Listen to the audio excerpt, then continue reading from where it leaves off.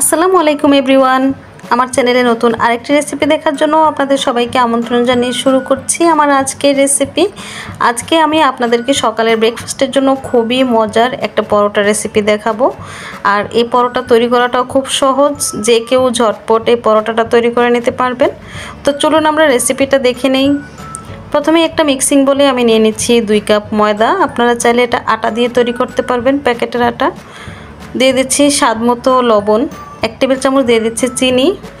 এখানে চিনিটা দিলে কি হয়, পরোটাটা একটু ক্রিস্পি হয় আর একটু মিষ্টি মিষ্টি খেতে খুব ভালো লাগে। তবে যাদের ডায়াবেটিক আছে তারা এটা স্কিপ করতে পারেন। 1 টেবিল চামচ দিয়েছি রান্নার রেগুলার তেল, খুব বেশি তেল এখানে প্রয়োজন নাই।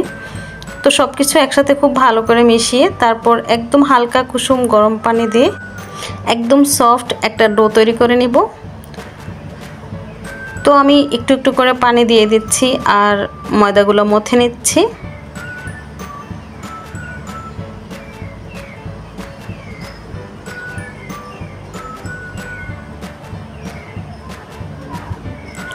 তবে এই ডোটা একটু সময় নিয়ে তারপর মথে নিতে হবে।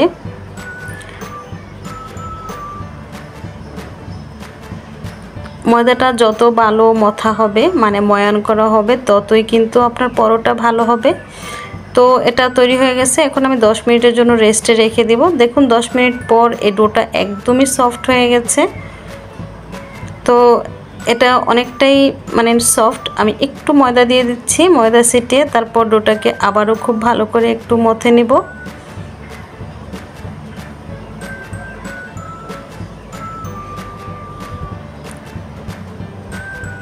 হয়ে গেছে। এখন এখান থেকে আমি ছোট ছোট ডো নিয়ে নিচ্ছি। তো আমি এই বড় ডোটাকে 5টা ভাগে ভাগ করে নিলাম। এখান থেকে একটা ছোট্ট ডো নিয়ে নিচ্ছি পরোটা তৈরি করার জন্য। প্রথমে আমি একটু গোল করে নিব, তারপর এর উপরে ময়দা ছিটিয়ে এখন বেলে নিতে হবে।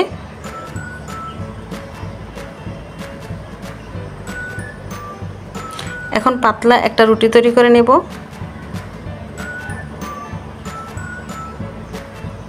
রুটিটা বেলা হয়ে গেছে, খুব বেশি পাতলার প্রয়োজন নাই, একটু মোটা হলে সমস্যা হবে না। তো এর উপরে আমি তেল দিয়ে তেলটা রুটির চারপাশে লাগিয়ে নিচ্ছি। তারপর দিয়ে দিচ্ছি একটু ময়দা এর উপরে। এখন এক পাশ থেকে আমি রোলের মতো করে পেঁচিয়ে নিব।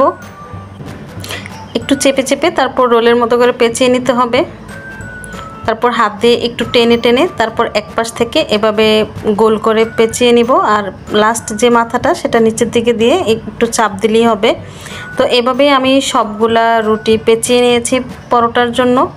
তো এখান থেকে একটা ডো আমি নিয়ে নিচ্ছি। এখন পরোটার জন্য বেলে নিব। তো একটু ময়দা ছিটিয়ে তারপর বেলে নিচ্ছি।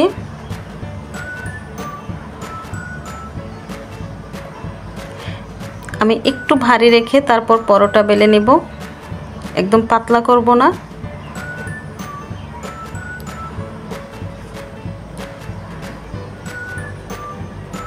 বাস হয়ে গেছে একটা পরোটা। এখন আমি সেঁকে নিব। আর দেখুন এটার প্রত্যেকটা লেয়ার কিন্তু বোঝা যাচ্ছে। চুলায় একটা তাওয়া বসিয়ে তাওয়াটা আমি প্রথমেই খুব ভালো করে গরম করে নিয়েছি। তারপর এর মধ্যে আমি পরোটা দিয়ে দিচ্ছি। প্রথমে পরোটাটা আমি একটু উল্টে পাল্টে ভালো করে সেঁকে নিব।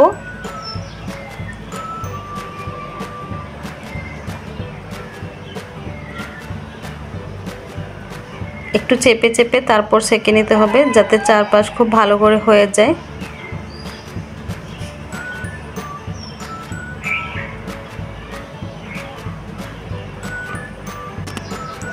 পরোটার চারপাশ যখন খুব ভালো করে হয়ে যাবে তখন এর মধ্যে 1 চামচ পরিমাণ তেল দিয়ে দিব। তেলটা দিয়ে খুব ভালো করে চেপে চেপে আমি এই পরোটা ভেজে নিব। তো উল্টে দিচ্ছি। এ পর্যায়ে একদম চেপে চেপে পরোটাটা ভাজতে হবে, তাহলে দেখবেন যে খুব সুন্দর একটা কালার চলে আসছে। আর চুলার আঁচটা কিন্তু মিডিয়াম হাইতে থাকবে, কারণ চুলার আঁচ কমিয়ে তারপর কিন্তু পরোটা ভাজা যাবে না, তাহলে পরোটাগুলো ভালো হবে না, শক্ত হয়ে যাবে। চুলার আঁচটা মিডিয়াম হাইতে রেখে তারপর এই পরোটাগুলো ভেজে নিতে হবে। দেখুন খুব সুন্দর একটা কালার চলে আসছে, আমি নামিয়ে নিয়েছি। তারপর আরও একটা পরোটা ভেজে আমি আপনাদেরকে দেখাচ্ছি। প্রথমে পরোটা তেল ছাড়া এপাশ ওপাশ ভালো করে সেঁকে নিতে হবে। তারপর তেল দিয়ে দিতে হবে, এতে করে পরোটাটা একদম ক্রিস্পি হয়, খেতে ভালো লাগে। তো আবারও 1 চামচ তেল দিয়ে তারপর আমি পরোটাটা ভেজে নিব।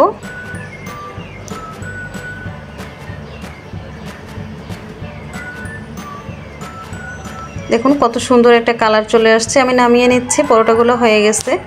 তো সবগুলো পরোটা আমি একটা প্লেটে নিয়ে তারপর আপনাদেরকে সার্ভ করে দেখাচ্ছি।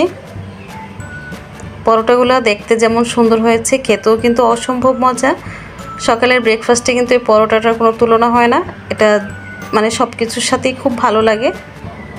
আর এই পরোটাগুলো গরম থাকা অবস্থায় হাতে নিয়ে এভাবে একটু বাড়ি মারলে কি হয়, পরোটাটা একদম সফট হয়ে যায়, খেতে খুবই ভালো লাগে। আর অনেকটা সময় পরোটাটা সফট থাকে।